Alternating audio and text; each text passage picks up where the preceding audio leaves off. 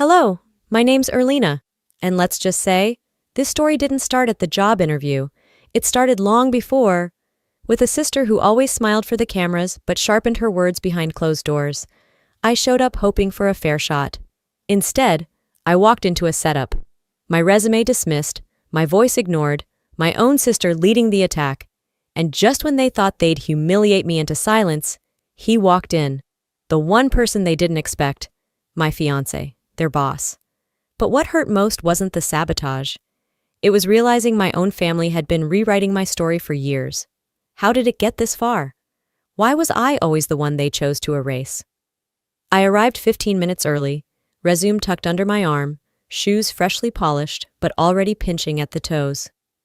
Chicago's spring wind slapped at the back of my coat as I walked into the lobby of Aventus Logic, a towering glass box that looked like it had been designed by someone who thought warmth was a liability. Inside, everything gleamed. Chrome elevator doors, white marble floors, digital panels blinking with schedules and department names. I made my way to the reception desk, smiled politely, and gave my name. The receptionist, a woman barely older than 20, with perfect eyeliner and a phone glued to her ear, looked down at the screen. Then she looked back at me. "I'm sorry, can you spell that again?" I did, twice. She still frowned.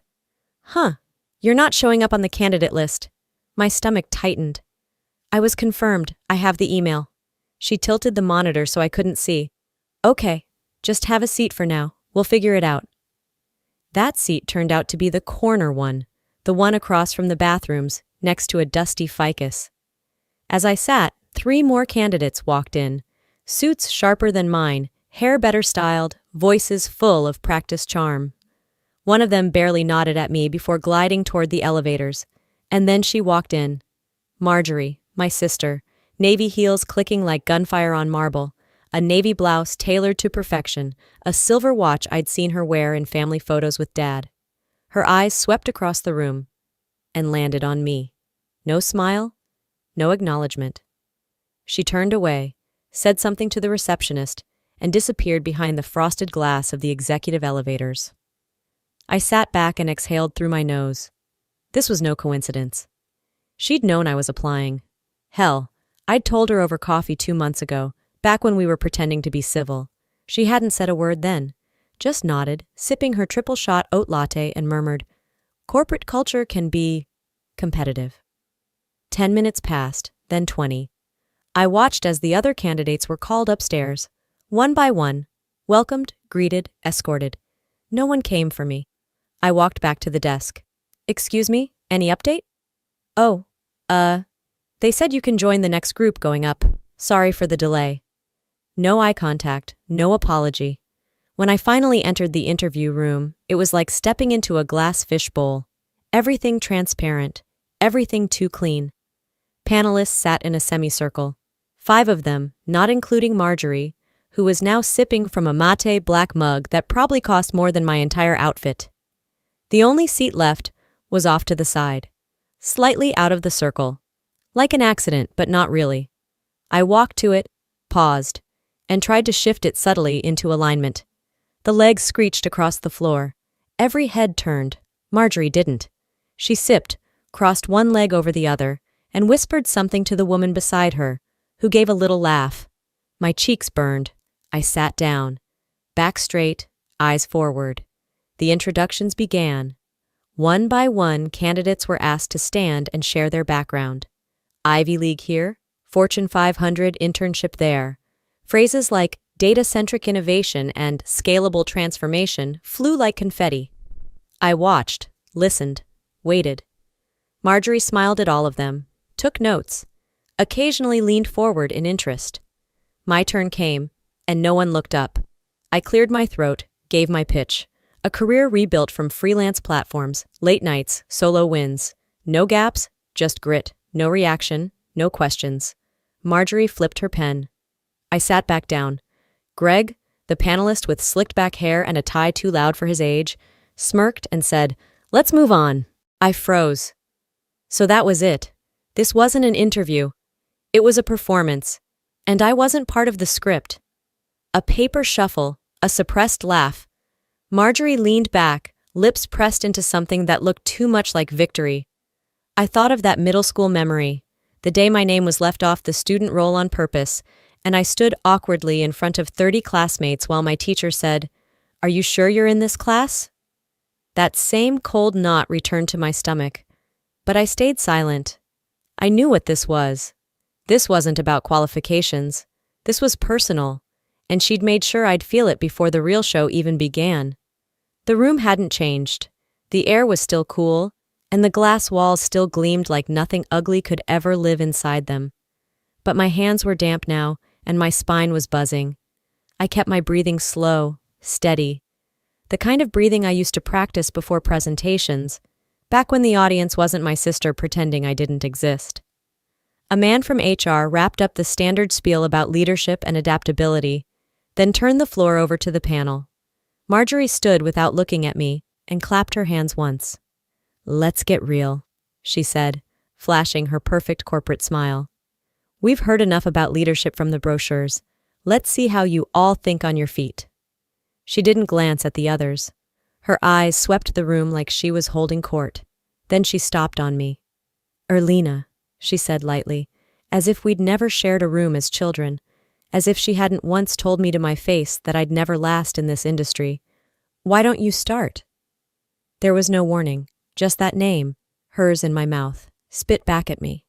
I stood, straightened the folder in my hands, looked to Greg, Camilla, then back to her. "I recently led a re-architecture of a decentralized data platform for—" Marjorie cut me off with a laugh that didn't belong in a room like this. "Led or joined?" she asked sweetly, because the way I heard it, the final implementation didn't quite land. Or am I mixing you up with one of your previous gigs? There were so many.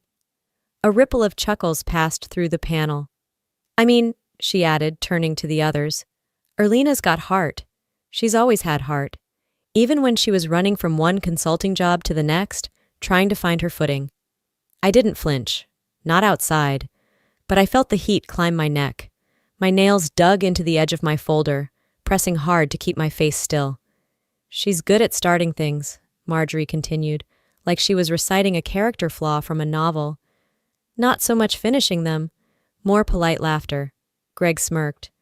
Camilla kept her eyes on her notes, pretending they suddenly mattered. No one stopped her. No one asked if what she was doing was relevant. I said nothing, because anything I said would have made me look defensive, emotional. And that's what she wanted, to make me react, to confirm whatever version of me she'd already painted for them. A low hum filled my ears, not from the room, from inside my own chest. The same sound I'd felt years ago at a holiday dinner, when my father raised his glass after Marjorie got her first executive title. "To Marjorie," he'd said proudly, "my legacy, and to Erlina, for always being so kind." I had smiled then too, just like now, small, controlled. But I remember how my stomach had curled, how that word, kind, had landed like a backhanded compliment dressed up for church. Back in the glass room, I sat, crossed one leg over the other. My sister had moved on, directing the next question to a polished candidate with a Yale ring, and the self-confidence of someone who'd never been interrupted mid-sentence in front of an entire panel. I didn't listen to his answer. I was watching her now, not the executive, not the senior strategist, but the girl who used to read my poems aloud during slumber parties to get laughs. The girl who told me boys wouldn't like me unless I learned how to shut up and smile. The girl who once told me she protected me from the world, when really she was preparing it to ignore me. I breathed in again, deeper this time. I didn't speak. I didn't run. Instead, I pulled a pen from my folder and began writing quietly along the margin of the agenda sheet. Names, details, each panelist who had laughed, each one who hadn't intervened. I wasn't just taking notes. I was documenting the silence. Because if I wasn't going to be given the floor, I'd take the receipts. The worst part wasn't even the insult. It was the way they let it slide, like it was normal. Expected, like I didn't belong enough to even earn their discomfort. I didn't let it break me, not this time, because they thought I was still playing the role they gave me, but something had shifted, and not in my sister, in me. Greg cleared his throat and leaned back like he was about to announce the weather, not deliver the next round of corporate pageantry. "Let's shift gears," he said, tapping the folder in front of him with the smugness of a man who believed he was both judge and entertainment. "No devices, just your brains. Time for the real fun." A woman to my left adjusted her sleeve, already pulling a pen from her clutch. Another man straightened his spine as if he were prepping for combat. I reached into my bag for my pen, my fingers finding it by feel.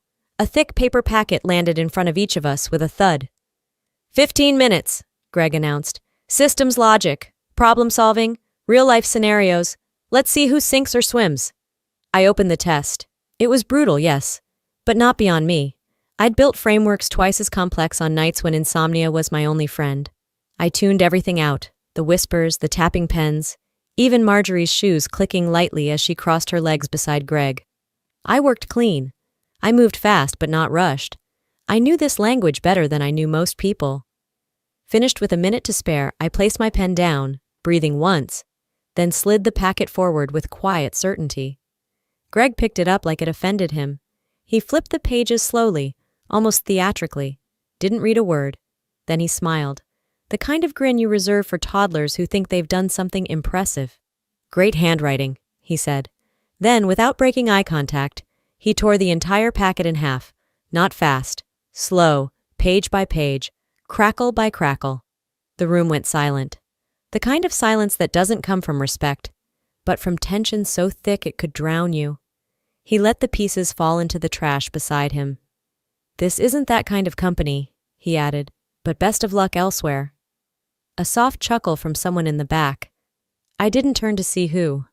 My jaw tightened, but I didn't say a word. Marjorie didn't even blink. She sipped her drink like she was watching a rerun of a show she'd already memorized. And for a second, I almost believed I had failed. Again. But then something inside me shifted. Not the kind of shift people write in poems. No sudden fire, no metaphorical phoenix. Just a sharp clarity.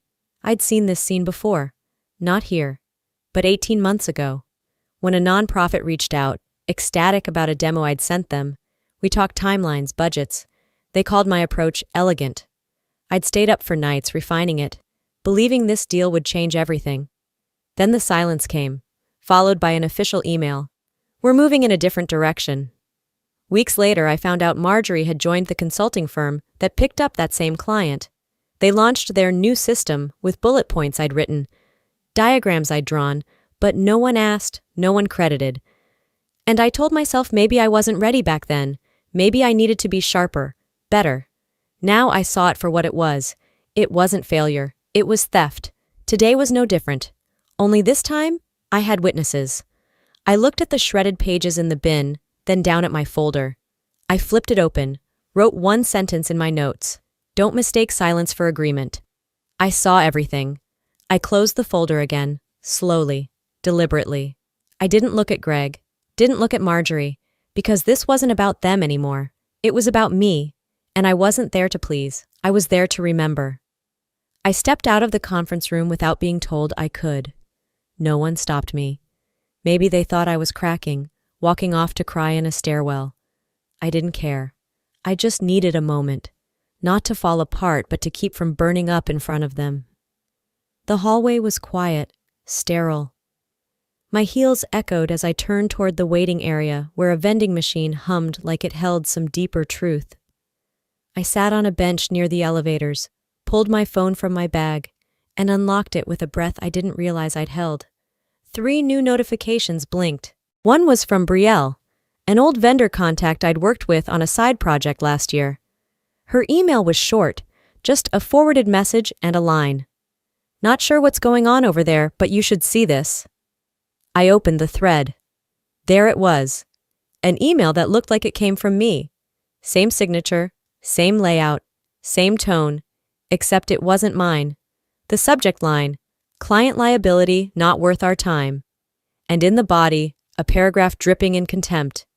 "She's a walking liability in heels. This entire initiative reeks of desperation." I read it again, then a third time. No part of me had written that, ever. But it had my name, my work signature. The timestamp lined up with the exact window I'd been sitting in this very building, waiting for my turn to speak. I pulled up my sent folder. Nothing, no drafts, no trace. My heart didn't drop. It hardened. This was next-level sabotage. Not just erasing my name from a list or tearing up a test. This was character assassination, dressed up in pixels. I was still staring at the screen when the next notification slid down from the top, a text from my mother. "Don't fight this. Just stay calm. Let Marjorie handle it." That was it. No hello. No how are you holding up. Just a direct plea for obedience disguised as family concern. I blinked, then read it again, then laughed, once quietly, a dry, humorless sound. Let Marjorie handle it. Of course, she always got to handle things.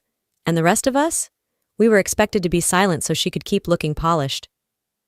I remembered a dinner party at our parents' house when I was 29. I'd just finished a grueling contract for a startup in Seattle, and I tried to share the news. Before I could finish a sentence, Dad raised his glass and said, "We're so proud of Marjorie closing that international deal. Truly the future of this family." That night, I'd washed dishes while Marjorie took credit for a campaign I helped brainstorm 2 years earlier. I told myself it was just family dynamics, nothing personal. But this was war. And the worst part wasn't Marjorie, it was Mom, the one who always said, "Don't cause a scene, Erlina." The one who taught me how to disappear with grace. I stood slowly, walked to the women's restroom at the end of the hallway, and locked myself inside the farthest stall. I wasn't hiding. I was insulating. I needed a second before I let this next wave of rage touch anything outside of me. The email replayed in my mind, the text, the smug faces around that table. I could almost hear Greg's laugh again, see Marjorie's eyes daring me to react. I didn't cry, I didn't pace. I pulled out my notepad, flipped to a blank page, wrote, "If they fake my words, I'll show them what truth actually sounds like." Then I tore the page out, folded it, slid it into my jacket pocket like a promise, because they'd pushed me too far. And I wasn't just keeping score anymore. I was preparing to answer. I emerged from the restroom slower than I went in, but not because I was uncertain, because I was steady. My jacket felt heavier now, like the folded note in my pocket had some kind of weight to it, something denser than paper. Maybe it did. Maybe it was finally resolve. By the time I re-entered the main hallway, the panelists were still inside, the glass walls offering me a clear, cruel view of the same table, the same seats, the same power balance. Marjorie's head was tilted back as she laughed at something Greg had said. Whatever it wasn't funny. Not to me. Probably not even to him. Just part of the script. Camilla, the assistant coordinating logistics, stepped into the hallway holding a tablet. She looked startled to see me standing so close. I raised a hand casually. "Do you have 5 minutes?" I asked softly. "Alone." She blinked. "Now?" I nodded. "It's about my application file. There's a document I need to review. One I think was attached to a message you forwarded to me a few months ago." Her fingers tightened slightly on the tablet. "I'm not sure I'm authorized to—" "You forwarded it, Camilla," I interrupted gently. "You were in the CC line. You didn't mean to, I'm sure, but it's in my archive. I just need to see it again. The metadata." A pause. Then, surprisingly, she nodded. "Give me a second." She disappeared into a side office. I paced quietly outside, not with nervousness, with purpose. When she returned, she handed me the tablet. "It's still on the server," she said, voice low. "Just be quick." The file was labeled innocuously, Q 3 candidate evil drafts _finalv 3. But as I opened it, something old and raw stirred. I remembered this file. I had glanced at it last fall, during an application cycle. It struck me as odd at the time. My name was mentioned in passing under candidate review notes, even though I hadn't formally applied. But I let it go. I'd been tired, busy. Today, I was neither. My eyes scanned the page until I found it, buried under a bullet point titled, Concerns. EM, History of Inconsistent Collaboration, Not Aligned with Firm Culture. The initials were mine. The note was vague enough to dodge scrutiny, sharp enough to cut through credibility. I clicked View Change History. There it was. Timestamps, edits, revisions. And the editor ID, Marjorie.kl. I exhaled, long and even. She'd prepped this months ago. She hadn't just tried to tank me during the interview. She'd been laying the groundwork long before I walked into the building. I handed the tablet back to Camilla with a single nod. Thank you. Then I turned and walked back into the lion's mouth. The glass door made a soft click as I re-entered the conference room. The panelists barely acknowledged me. Greg gave me a glance. Marjorie barely flicked her eyes upward. But I didn't head straight to my seat this time. I stood. Excuse me, I said, loud enough to shift every spine in the room. Before we continue, I'd like to clarify something regarding my candidacy. Greg cocked his head. Now? Yes, I replied. No one told me to sit down. I stepped forward, placing a slim printout from my folder directly in front of them. This file contains internal edits made to candidate evaluations, specifically mine. It was accessed prior to the opening of this interview cycle, and the edits included language that could have influenced today's process. I didn't name her. I didn't need to. The temperature in the room dropped. Greg straightened slightly. Camilla stayed near the doorway, not quite inside, not quite out. Marjorie blinked once, but she didn't speak. The person who edited the file, I continued, voice even, is a current panelist. Silence spread like spilled ink. I folded my hands in front of me. I'm not here to accuse. I'm here to ensure the process is as fair as it claims to be. If there's been a misunderstanding, I welcome clarification. If not, I'm prepared to escalate through the appropriate channels. Greg looked down, not out of shame, calculation. Marjorie's jaw tensed. Erlina, she began, but I raised a hand. Don't. I could still hear her voice from that winter day in our parents' kitchen.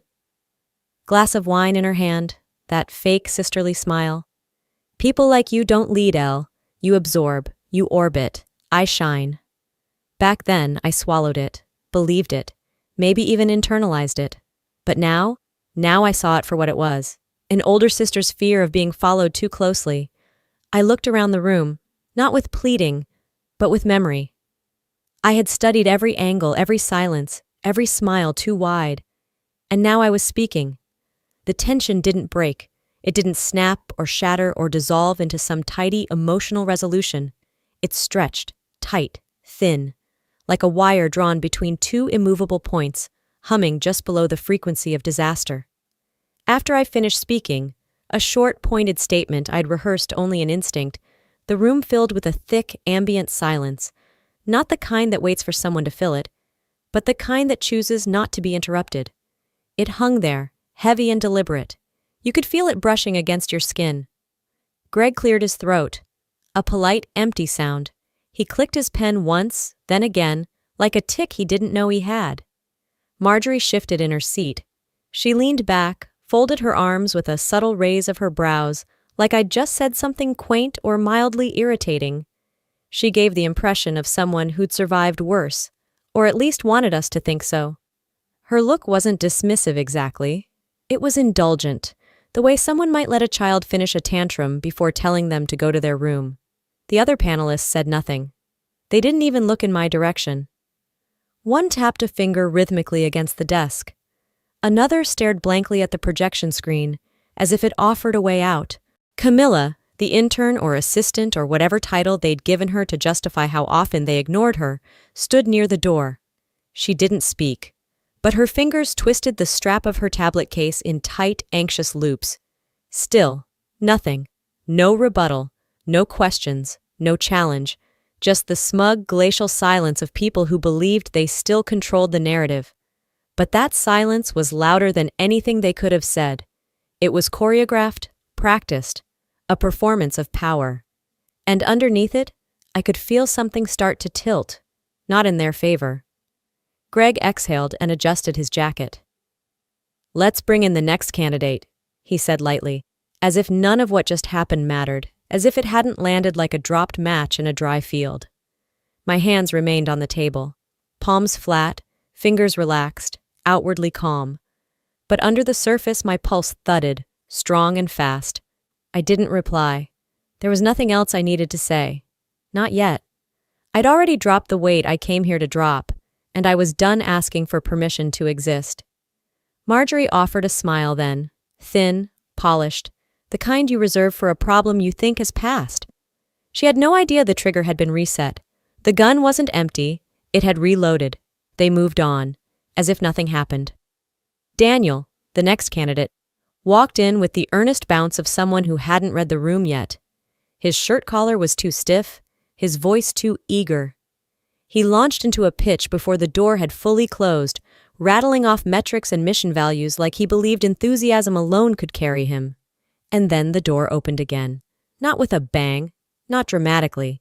Just a simple click and a shift of air. Every head turned. Keen Bauer stepped inside. He didn't speak right away. He didn't have to. Keen was the kind of man whose presence arrived before he did. People straightened their backs around him. They checked their notes, rechecked their posture, adjusted their tone. He wasn't loud. He didn't need to be. Power doesn't yell. It waits. Greg nearly knocked over his coffee trying to sit straighter. Marjorie went still. Her hand, resting on the table, tensed slightly. Keen didn't look at them. He looked at me. "Erlina," he said, voice low but unmistakably clear, as he crossed the room and walked behind my chair. "You good?" I met his eyes. Steady. "I'm solid," I said. He gave a small nod, then turned and placed a folder on the center of the table. Neat, deliberate, like the drop of a chess piece mid-match. "I'll be joining this review," he said. His tone was calm, controlled, but the words carried weight. As of this morning, anomalies in the HR database were escalated to my office. Silence returned. Not the smug kind from earlier. This was colder, stiffer. You could almost hear the mental scrambling. Greg froze mid-pen click. Marjorie parted her lips like she wanted to say something, but no words came. She blinked too slowly, calculating something behind her eyes. Keen didn't sit. He didn't need to. He stood with the posture of someone who didn't just walk into the room. He owned it. I looked down the table at the panelists. A few clutched pens like they were lifelines. Camilla had moved slightly, not much, but enough to press herself back against the wall. Someone whispered, barely audible. I didn't bother to see who. Greg tried weakly to reassert some kind of structure. "Mr. Bauer, this is a scheduled candidate assessment. I'm aware," Keen said, cutting in without sharpness. "Just certainty. And it's proceeding, but I'll be observing directly." He let that pause linger. "Particularly for candidates whose records include metadata inconsistencies, the kind that suggest manual edits." That landed like a slap across a quiet room. Marjorie straightened in her seat. Her expression shifted. Less composed now, more guarded. She tried to reset, but she was behind the rhythm. The room had changed, and I could feel it. The shift, the rebalancing of weight, the recalibration of power.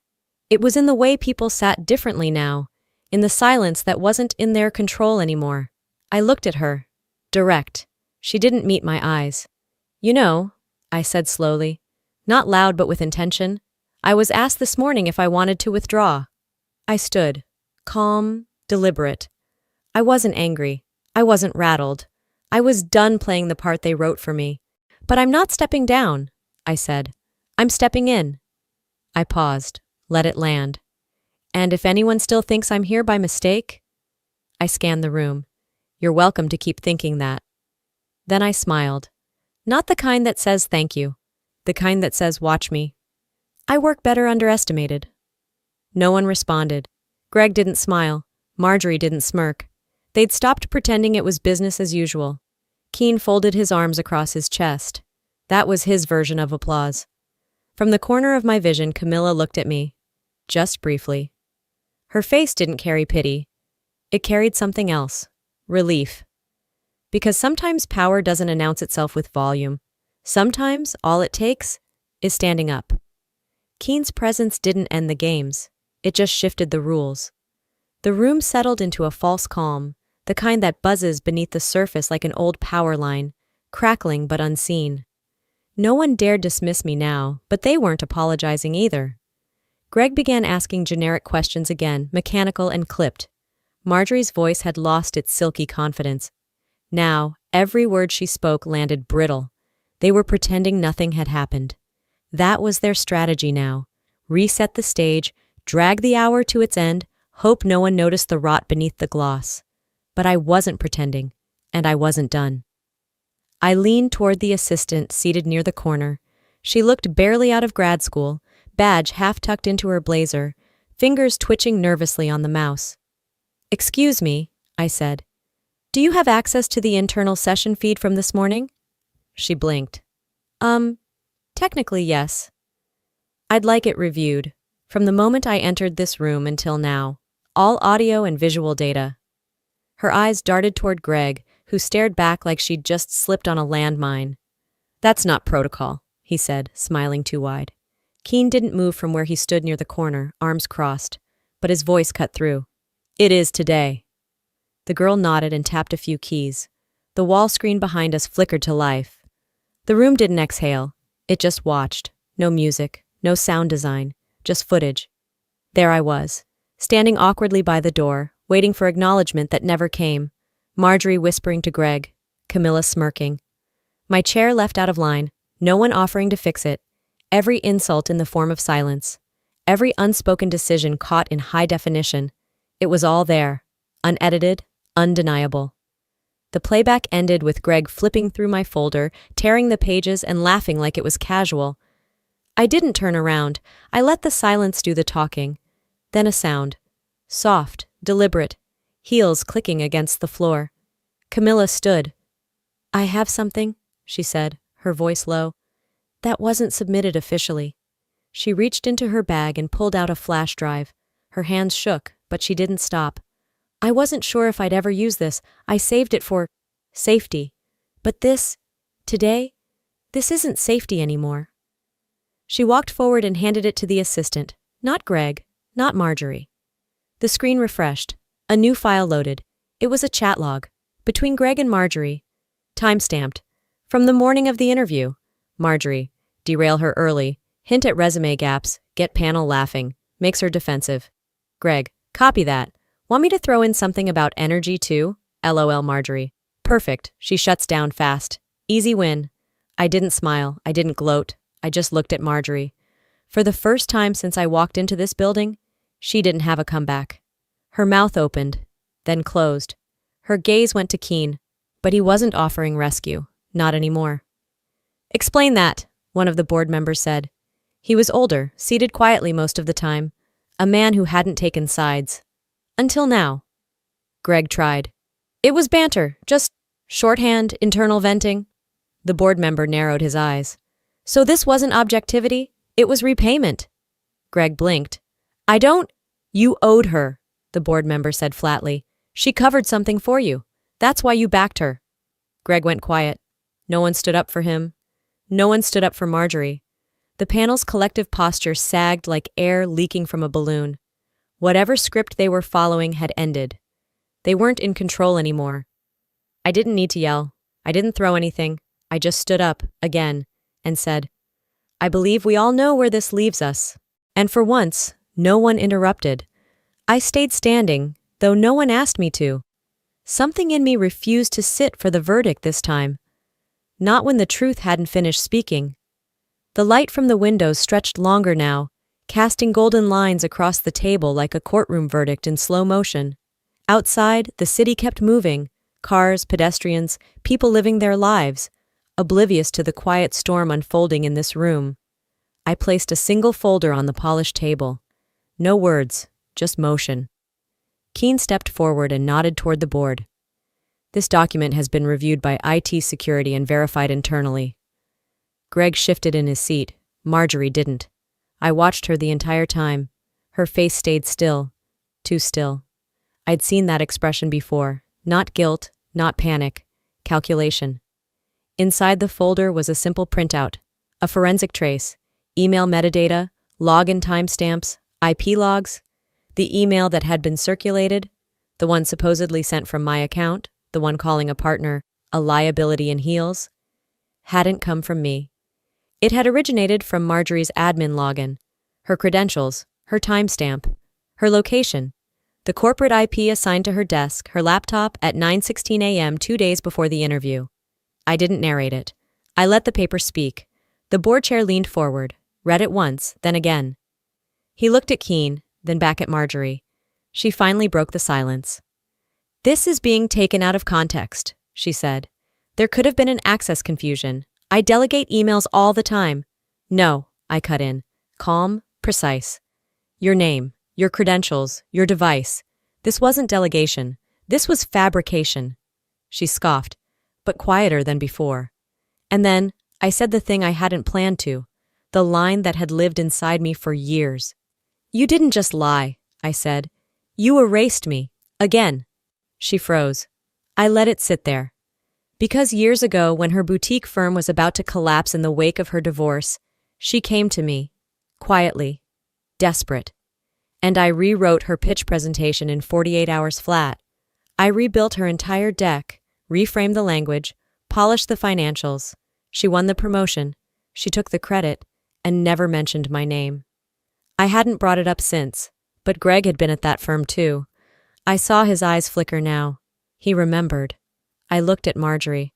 You've always known how to shine, I said, but only when you could block someone else's light. She flinched. A beat of silence passed. Then, a familiar defense tactic. You've always been so dramatic, Elle, she said, voice rising. You're mad I'm better. You always have been. There it was. The panic mask. I'm not mad, I said. I'm done. I didn't need the room to like me. I didn't need to explain who I was anymore. I just don't take orders from ghosts. She blinked. You think this is justice? She asked, voice trembling now. You think these people actually care about your truth? They're using you. And maybe they were. Maybe some of them had only shifted because the wind changed. But I looked right at her and smiled. I stopped needing applause the moment I stopped chasing your approval. And then, I said the quietest thing I'd said all day. When we were 12 and you read my journal out loud to the whole school assembly, that's when I learned the ones who fear the truth the most are always the ones who bury it deepest. The room didn't gasp, it just stopped breathing. The legal counsel adjusted his glasses. In light of this evidence, we recommend immediate disciplinary review and possible termination. The board may proceed to close deliberation. Marjorie didn't speak again. Greg kept staring at the table. No one looked me in the eye, not out of shame, out of reckoning. I stayed where I was, not triumphant, not smug, just rooted. They thought they'd buried me, but I wasn't buried. I was planted. A week later, the corner office still sat untouched. It had the best view in the building. Glass walls on two sides, mahogany desk centered like a command post, sunlight pouring in during the late mornings and stretching across the hardwood in warm, uninterrupted lines. But it was empty. No nameplate on the door. No chair pulled up to the desk. No framed photos. No personal items. Just stillness. Like the room had finally let out a long breath it had been holding for years. They offered it to me. Keene did. HR followed. Even the board chair sent me a formal note. Erlina, the space is yours if you want it. I didn't think twice. Thanks, I said, but I'd rather be where the actual work happens. So instead of a panoramic skyline and glass doors that sealed you off from everyone else, I took a desk on the 7th floor. Open plan, low ceilings, constant motion. I picked a spot wedged between the development team's row and a humming vending machine that ate dollars more often than it dispensed snacks. The air always smelled faintly like cold brew and dry erase markers. Conversations overlapped. Deadlines buzzed in the background. I loved it. There, among half-drawn whiteboard diagrams and weeks-old sticky notes curling at the edges, I felt more grounded than any title ever could have made me. I wasn't managing perception anymore. I was building, contributing, being.